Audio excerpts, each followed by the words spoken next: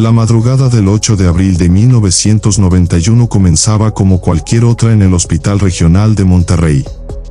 Los pasillos del área de urgencias estaban impregnados de ese olor característico antiséptico que se mezclaba con el aroma del café fresco que preparaban las enfermeras en el pequeño cuarto de descanso. La doctora Elena Rodríguez terminaba de revisar los últimos expedientes médicos antes de concluir su extenuante guardia de 24 horas en el Departamento de Medicina Interna. A sus 34 años, Elena había consagrado los últimos 6 años de su vida profesional al servicio del hospital más importante de Nuevo León, convirtiéndose en una figura respetada entre sus colegas y profundamente querida por los pacientes que tenían la fortuna de ser atendidos por ella. El viento cálido de abril entraba suavemente por las ventanas del tercer piso, trayendo consigo el perfume de los naranjos que adornaban los jardines interiores del complejo hospitalario. Elena se despojó de su bata blanca, la plegó con delicadeza y la colocó dentro de su locker metálico junto con sus pertenencias personales. Sus manos, habitualmente firmes y precisas durante los procedimientos médicos, mostraban un ligero temblor producto del agotamiento acumulado durante una noche especialmente demandante. Si estás disfrutando de este video, por favor suscríbete a nuestro canal y déjanos saber en los comentarios desde qué parte del mundo nos estás viendo. Tu participación nos motiva a continuar compartiendo estas historias que necesitan ser contadas y recordadas. Durante aquella guardia, Elena había enfrentado varios casos de considerable complejidad, incluyendo un paciente anciano con insuficiencia cardíaca congestiva, una mujer joven con sospecha de meningitis y un caso particularmente difícil de intoxicación alimentaria que había requerido su atención constante durante varias horas. Cada situación había demandado toda su concentración y conocimiento médico. Sus compañeros del hospital la reconocían no solamente por su entrega total hacia quienes necesitaban ayuda médica, sino también por su extraordinaria habilidad para mantener la serenidad incluso cuando las circunstancias se tornaban verdaderamente críticas. La enfermera Gabriela Santos, quien había compartido incontables guardias con Elena durante los últimos 4 años, la observó mientras se dirigía hacia el área de elevadores aproximadamente a las 7:45 de la mañana. Lucía fatigada, como era natural después de tantas horas de trabajo continuo, pero su comportamiento era completamente normal. Me comentó que lo único que deseaba era llegar a su hogar, tomar una ducha relajante y descansar profundamente hasta la tarde, relataría Gabriela muchos años más tarde, cuando los detectives le solicitaron que recordara con precisión esos momentos finales. Elena habitaba sola en un apartamento modesto de 3 ambientes ubicado en la Colonia del Valle, aproximadamente a 25 minutos en automóvil desde el hospital. Su Ford Topaz verde oscuro del año 89 era su compañero inseparable para los recorridos cotidianos entre su residencia y su lugar de trabajo. Aquel vehículo significaba para ella mucho más que simplemente un medio para transportarse de un sitio a otro. Representaba el fruto tangible de su esfuerzo profesional, adquirido con los ahorros de sus primeros meses como médica especialista. El vigilante nocturno del hospital, don Alberto Guzmán, un caballero de 62 años que había dedicado más de 15 años al turno de la noche, anotó la salida de Elena a las 7 de la mañana con 3 minutos en el registro oficial de empleados. La doctora siempre se comportaba con mucha cortesía, invariablemente me saludaba cordialmente y se interesaba por conocer cómo se encontraban mis hijos. Aquella mañana me expresó: hasta pronto don Alberto, que pase un excelente día. Jamás imaginé que aquellas serían las últimas palabras que escucharía de ella. Narraría don Alberto con evidente emoción en la voz durante las primeras etapas de las investigaciones. El estacionamiento del complejo hospitalario se hallaba en condiciones bastante precarias, una situación típica de las instalaciones públicas mexicanas a principios de la década de los 90. Los enormes baches repletos de agua estancada reflejaban la luz amarillenta y tenue de las pocas lámparas que todavía funcionaban correctamente.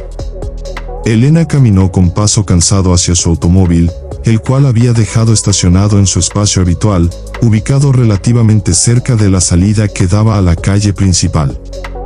Diversas personas que se encontraban en el lugar la vieron abordar su vehículo y poner en marcha el motor sin que se presentara ninguna dificultad visible.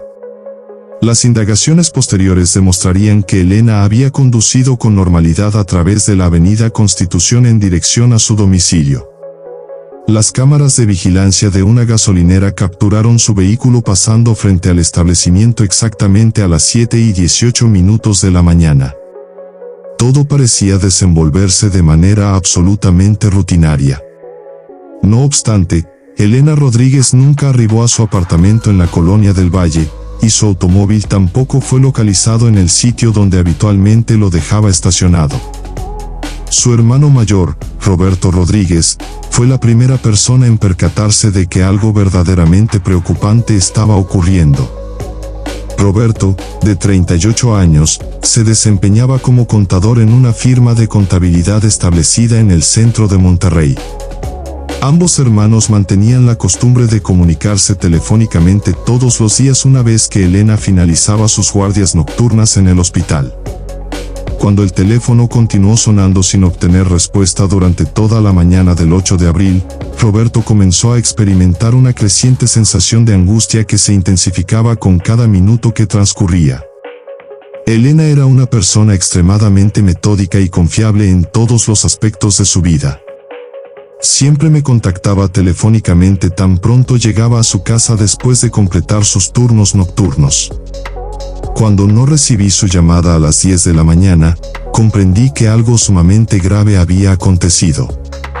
Rememoraría Roberto décadas después, con la misma aflicción visible en su semblante como si el suceso hubiera ocurrido apenas ayer.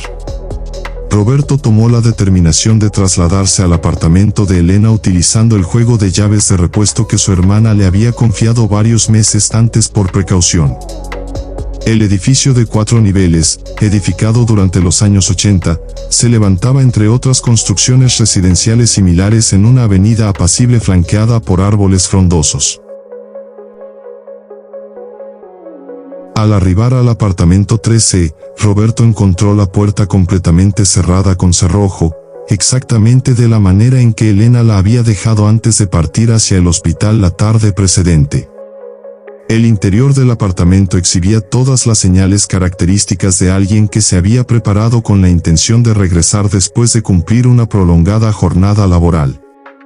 La cama estaba perfectamente arreglada con sus sábanas y colcha impecablemente acomodadas.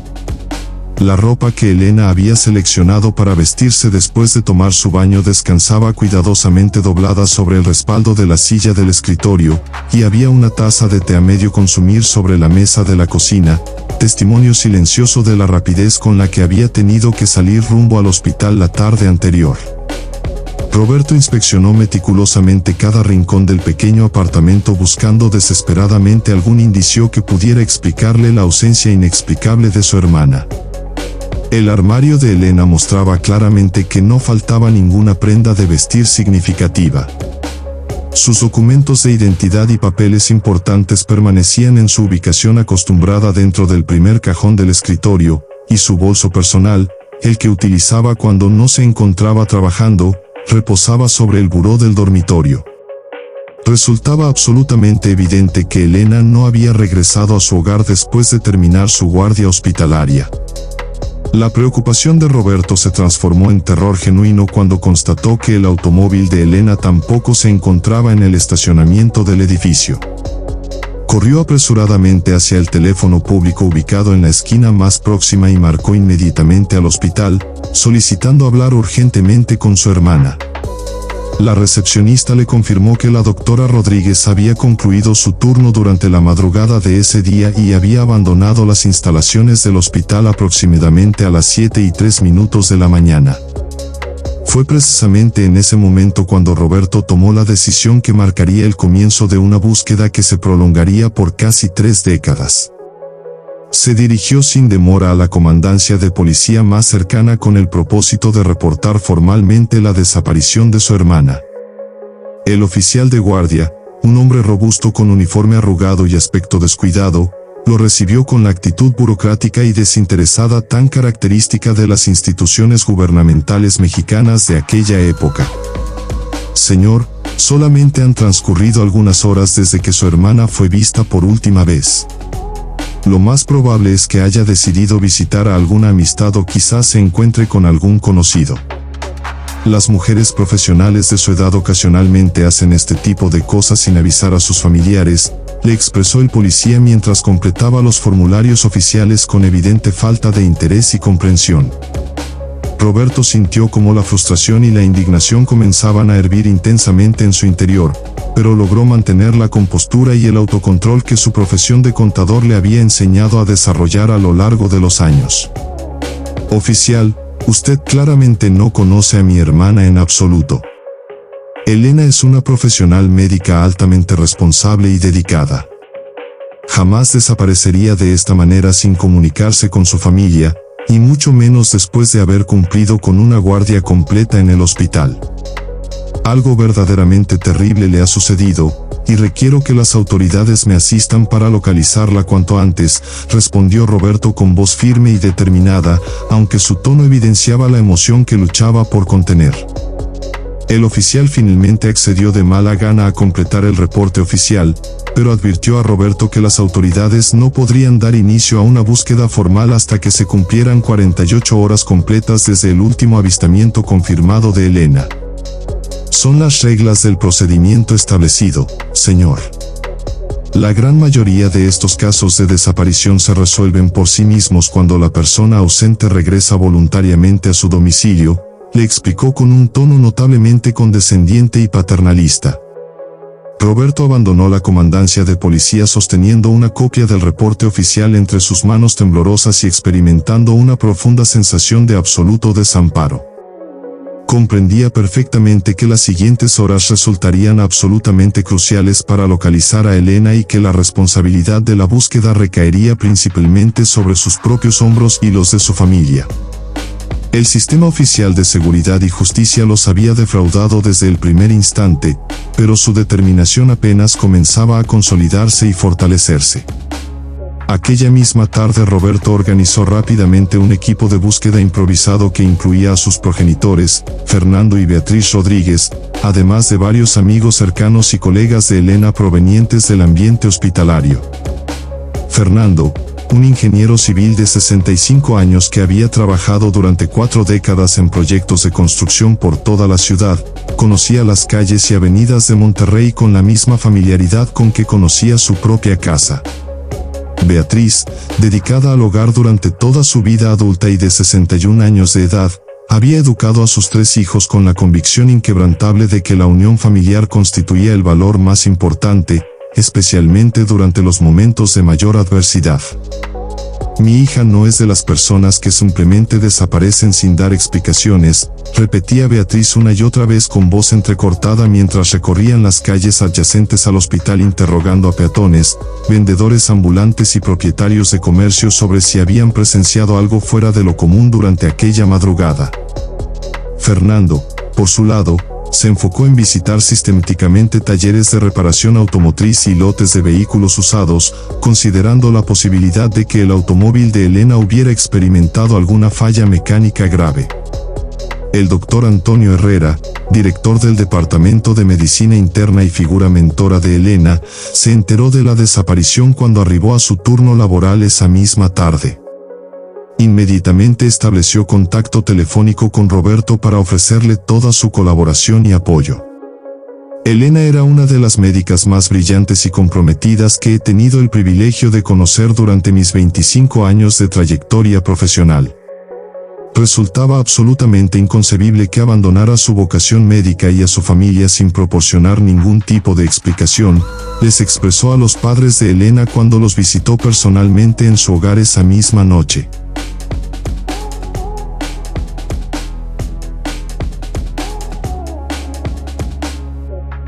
El doctor Herrera proporcionó información sumamente valiosa respecto a la rutina profesional de Elena dentro del hospital. Les relató que su hija había mencionado recientemente su profunda preocupación por un paciente en particular, un hombre de mediana edad con diabetes severa cuya familia carecía de los recursos económicos para cubrir completamente los costos de su tratamiento médico. Elena había estado explorando activamente diferentes alternativas para proporcionar ayuda financiera a esa familia, incluso contemplando seriamente la posibilidad de contribuir parcialmente con los gastos utilizando su propio salario mensual. Era absolutamente típico de Elena anteponer las necesidades de sus pacientes a las propias, explicó detalladamente el doctor Herrera. Pero nunca me mencionó que se sintiera amenazada por alguien o que estuviera experimentando problemas personales con ninguna persona. En el hospital todos la apreciaban profundamente y respetaban enormemente su labor profesional. Esta información proporcionó cierto alivio parcial a la familia, puesto que descartaba efectivamente la posibilidad de que Elena hubiera tenido enemigos o conflictos en su ambiente laboral. La búsqueda se intensificó dramáticamente durante los días subsiguientes. Roberto había solicitado un permiso laboral indefinido en su firma de contabilidad para poder dedicarse completamente y sin distracciones a la localización de su hermana. Cada mañana él y sus padres recorrían sistemáticamente diferentes sectores de Monterrey distribuyendo y pegando fotografías de Elena en postes de luz, troncos de árboles y cualquier superficie visible disponible. La imagen mostraba a una mujer atractiva de cabello negro largo, ojos color café oscuro, sonrisa genuina y cálida, y una expresión facial que irradiaba la vocación de servicio que había guiado toda su vida profesional. Los amigos personales de Elena, tanto del ámbito hospitalario como de sus años universitarios, se sumaron entusiastamente a los esfuerzos de búsqueda. Organizaron brigadas de voluntarios que cubrían metódicamente diferentes zonas de la ciudad, desde el bullicioso centro histórico hasta las colonias más distantes ubicadas en la periferia urbana. Cada grupo portaba equipos de radiocomunicación prestados generosamente por conocidos y amigos, y se reportaban regularmente a una central de operaciones improvisada que funcionaba en la residencia de los padres de Elena. 7 días después de la desaparición, las autoridades policiales finalmente dieron inicio formal a la investigación oficial del caso. El detective asignado para dirigir las pesquisas, Marcos Delgado, era un hombre de aproximadamente 40 años con 18 años de experiencia acumulada en la investigación de casos relacionados con personas desaparecidas. A diferencia del oficial que había atendido inicialmente a Roberto con tanta displicencia, el detective Delgado demostró desde el primer encuentro una actitud genuinamente profesional y empática hacia la dramática situación que enfrentaba la familia. Procederemos a revisar exhaustivamente todas las grabaciones de las cámaras de seguridad disponibles a lo largo de la ruta que siguió la doctora durante aquella mañana, les aseguró Delgado durante la primera reunión formal con la familia Rodríguez. Asimismo, interrogaremos detalladamente a todos sus compañeros de trabajo en el hospital y revisaremos minuciosamente su expediente médico personal para descartar cualquier condición de salud que pudiera haber influido o contribuido a su desaparición. El detective estableció meticulosamente una línea cronológica detallada de todos los movimientos conocidos y verificados de Elena. La investigación confirmó definitivamente que había abandonado el hospital a las 7:03 de la mañana y había sido registrada por última vez en las cámaras de la gasolinera exactamente a las 7:18 de la mañana. Después de ese momento preciso, no existían más registros visuales de ella ni de su automóvil. Era como si Elena Rodríguez se hubiera evaporado literalmente en el aire durante los aproximadamente 20 minutos que le habría tomado completar el trayecto hasta su residencia. La localización del automóvil se transformó rápidamente en la máxima prioridad de la investigación. El Ford Topaz verde oscuro con placas de Nuevo León era relativamente común en las calles de Monterrey, pero poseía algunas características distintivas que facilitaban su identificación. Elena había adherido a una calcomanía del hospital donde trabajaba en el cristal trasero, y el vehículo presentaba un raspón visible en la puerta del conductor del lado izquierdo, consecuencia de un roce menor con otro automóvil que había ocurrido algunos meses atrás. Los investigadores contactaron sistemáticamente a todas las agencias de compraventa de automóviles usados, talleres de reparación mecánica y depósitos de chatarra automotriz en Monterrey y todas las ciudades circunvecinas. La hipótesis inicial que manejaban era que si Elena había sido víctima de algún accidente automovilístico, su vehículo podría haber sido remolcado hacia alguno de estos establecimientos. Sin embargo, Después de 3 semanas completas de búsqueda intensiva y exhaustiva, no apareció absolutamente ningún indicio sobre el paradero del automóvil desaparecido.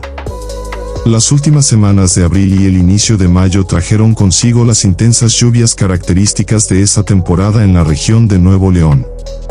El agua complicaba significativamente las labores de búsqueda, particularmente en las áreas rurales y montañosas que rodeaban la ciudad, donde la familia había decidido extender sus esfuerzos de localización. Roberto había organizado grupos adicionales de voluntarios que revisaban minuciosamente caminos rurales poco transitados, barrancos profundos y cualquier ubicación donde un vehículo pudiera haber quedado oculto después de sufrir un accidente. Durante una de estas extenuantes jornadas de búsqueda, Fernando Rodríguez conoció a don Ramiro Castillo, un agricultor de 72 años que habitaba en un pequeño rancho situado aproximadamente a 40 kilómetros al oeste de Monterrey. Don Ramiro había escuchado sobre la desaparición de Elena a través de los noticieros de radio locales y deseaba genuinamente contribuir en la búsqueda. Conozco perfectamente todos los caminos, senderos y veredas de toda esta región, le comentó a Fernando con sinceridad. Si su hija se encuentra en algún lugar por estos rumbos, haremos todo lo humanamente posible por localizarla. Don Ramiro se convirtió rápidamente en un colaborador absolutamente invaluable para la familia.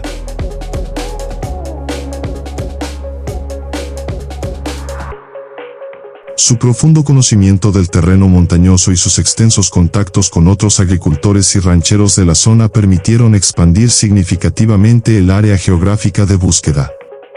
Organizó eficientemente grupos de jinetes experimentados que podían cubrir terrenos sumamente difíciles e inaccesibles donde los vehículos motorizados no podían ingresar, y estableció una efectiva red de comunicación con otros ranchos vecinos para que todos permanecieran alertas ante cualquier descubrimiento inusual o sospechoso. Conforme transcurrían las semanas inexorablemente, la historia de Elena comenzó a recibir mayor atención y cobertura de los diversos medios de comunicación locales y regionales.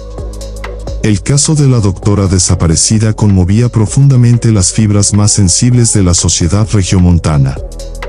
Una mujer joven, profesional exitosa, consagrada a ayudar y sanar a otros seres humanos, que había desaparecido sin ninguna explicación lógica mientras regresaba a su hogar después de cumplir diligentemente con su trabajo. Los periódicos locales y regionales publicaron extensos artículos detallados sobre el caso, y varias estaciones radiofónicas dedicaron espacios especiales para que la familia pudiera solicitar públicamente información del público en general. Roberto se convirtió gradualmente en el portavoz público de la búsqueda de Elena. A pesar de su temperamento naturalmente reservado y discreto, desarrolló progresivamente la capacidad de comunicarse efectivamente con periodistas y reporteros, así como la habilidad de mantener el interés constante del público en el caso de su hermana. No detendremos nuestra búsqueda bajo ninguna circunstancia hasta encontrarla, declaraba firmemente en cada entrevista que le concedían.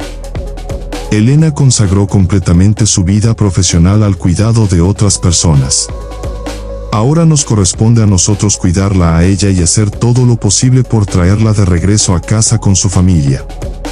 La cobertura mediática intensiva generó literalmente decenas de pistas y reportes, aunque lamentablemente la mayoría resultaron ser falsas alarmas que no conducían a nada concreto. Diversas personas reportaron haber visto a una mujer que supuestamente se parecía a Elena en diferentes ubicaciones de la ciudad y sus alrededores. Otros individuos afirmaron categóricamente haber visto su automóvil estacionado en varios lugares distintos. Cada pista era investigada minuciosamente y con extremo cuidado por el detective Delgado y su equipo de investigadores, pero ninguna conducía finalmente a información sustancial o verificable sobre el paradero real de Elena. Uno de los reportes que pareció más prometedor provino de un conductor de autobús de pasajeros llamado Héctor Salas, quien afirmó haber observado un Ford Topaz verde abandonado en una carretera secundaria cercana a la presa de La Boca aproximadamente 10 días después de la desaparición de Elena. Según el relato de Héctor, el vehículo tenía las puertas completamente abiertas de par en par y parecía haber permanecido en ese lugar por varios días consecutivos.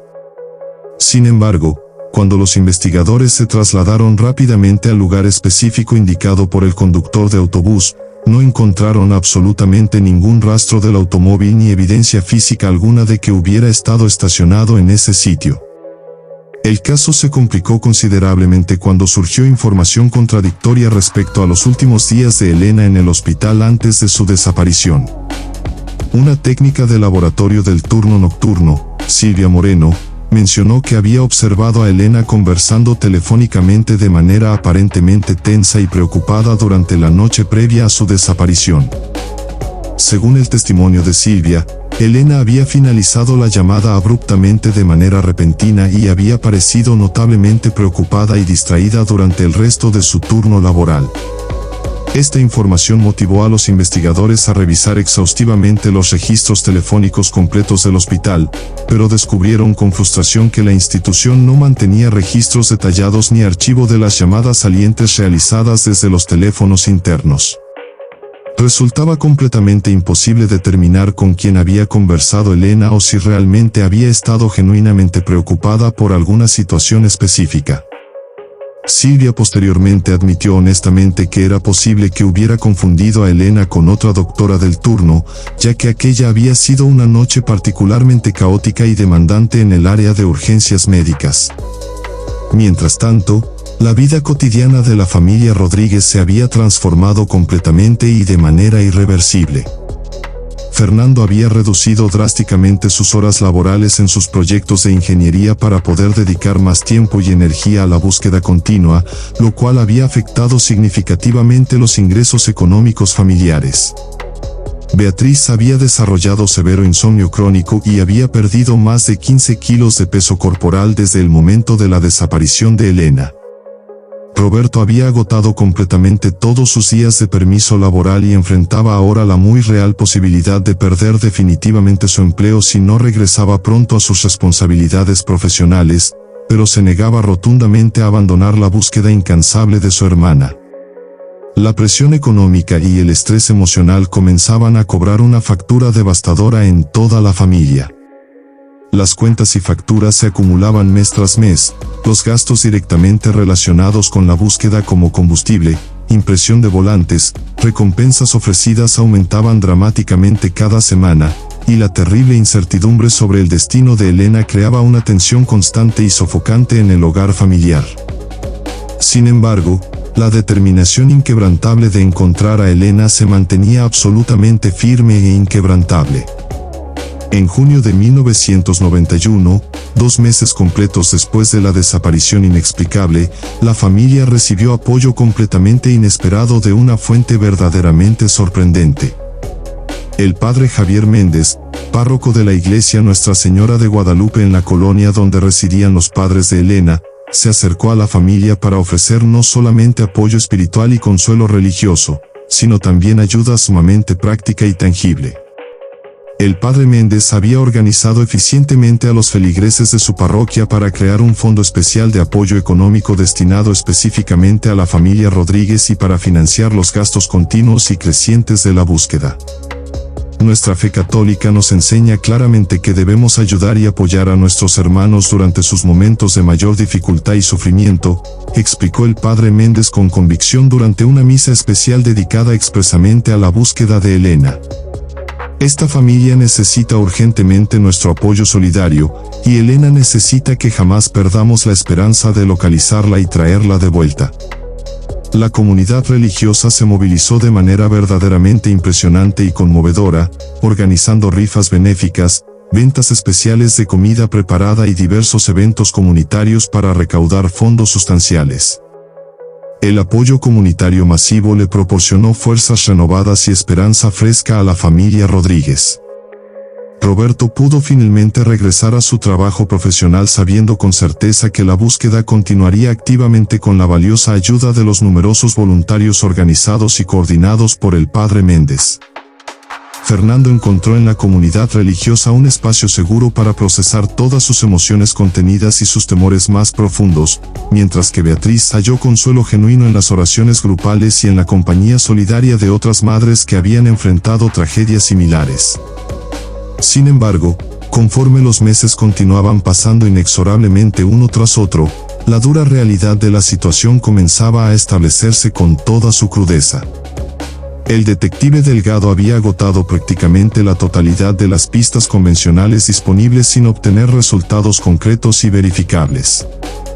El caso de Elena se había sumado desafortunadamente a las estadísticas de personas desaparecidas que, lamentablemente, eran excesivamente comunes en México durante aquella época turbulenta. La creciente violencia urbana, el narcotráfico emergente que comenzaba a extender sus tentáculos por todo el país y la notoria ineficiencia de las instituciones gubernamentales de seguridad y justicia creaban un ambiente social donde las desapariciones inexplicadas ocurrían con alarmante y preocupante frecuencia. A finales de 1991, 8 meses después de la desaparición de Elena, el detective Delgado fue transferido administrativamente a otra unidad policial y el caso fue reasignado a un detective con considerablemente menos experiencia. Para la familia Rodríguez, esta nueva situación representó un golpe absolutamente devastador y desmoralizante. Delgado había demostrado genuino interés personal en resolver exitosamente el caso y había establecido una valiosa relación de confianza mutua con toda la familia. Su reemplazo, el detective Esteban Vargas, abordó el caso con una actitud considerablemente más distante, fría y burocrática. Señor Rodríguez, han transcurrido muchos meses sin que aparezcan pistas nuevas y sustanciales, le expresó Vargas a Roberto durante una de sus escasas y breves reuniones. Es sumamente probable que nunca logremos saber con certeza qué le sucedió exactamente a su hermana. Mi recomendación profesional es que comiencen a considerar seriamente la posibilidad de continuar adelante con sus vidas y aceptar esta pérdida. Estas palabras impactaron a Roberto con la fuerza devastadora de una bofetada directa al rostro, pero paradójicamente también fortalecieron aún más su determinación absoluta de nunca rendirse jamás. La familia tomó la firme decisión de que, aunque las autoridades oficiales hubieran perdido completamente el interés en el caso, ellos continuarían incansablemente buscando respuestas y verdades. Roberto desarrolló una rutina semanal establecida que incluía visitar regularmente el hospital donde trabajaba Elena, recorrer meticulosamente las rutas que su hermana acostumbraba tomar y mantener contacto constante con las personas que habían proporcionado pistas anteriormente. Su búsqueda persistente se había convertido en una obsesión constructiva que le proporcionaba propósito vital y mantenía viva la esperanza. Los años comenzaron a pasar lenta e inexorablemente sin noticias significativas sobre Elena. 1992, 1993, 1994. Cada año que transcurría hacía progresivamente más remota la posibilidad real de encontrar respuestas definitivas, pero también fortalecía la leyenda urbana de la doctora desaparecida en la memoria colectiva de toda la ciudad de Monterrey. Elena se había convertido gradualmente en un símbolo poderoso de todas las personas que desaparecen. La investigación exhaustiva del documento reveló finalmente una verdad desgarradora. Los análisis forenses más profundos determinaron que alguien había falsificado meticulosamente la firma de Elena utilizando tecnología moderna de reproducción caligráfica. La receta era un engaño cruel, posiblemente obra de algún individuo perturbado que conocía el caso y decidió atormentar a la familia con falsas esperanzas. Los investigadores nunca lograron identificar al responsable de esta cruel broma. Para la familia Rodríguez, este último golpe resultó devastador pero también paradójicamente liberador. Después de 28 años de búsqueda incansable, comenzaron finalmente el doloroso proceso de aceptar que probablemente nunca conocerían la verdad completa sobre lo que le sucedió a Elena aquella madrugada de abril. Fernando falleció en 2020, llevándose consigo la esperanza de obtener respuestas. Beatriz lo siguió un año después. Ambos fueron sepultados junto a una lápida simbólica que honraba la memoria de Elena. Roberto continúa manteniendo vivo el recuerdo de su hermana, ahora no solo como un acto de amor familiar sino como un símbolo de todas las familias mexicanas que viven con la agonía de tener seres queridos desaparecidos. El caso de Elena Rodríguez permanece oficialmente abierto, uno más entre miles de desapariciones sin resolver que representan una herida colectiva en la sociedad mexicana. Su historia nos recuerda que detrás de cada estadística hay una familia que sufre, que espera, y que merece verdad y justicia sin importar cuánto tiempo transcurra.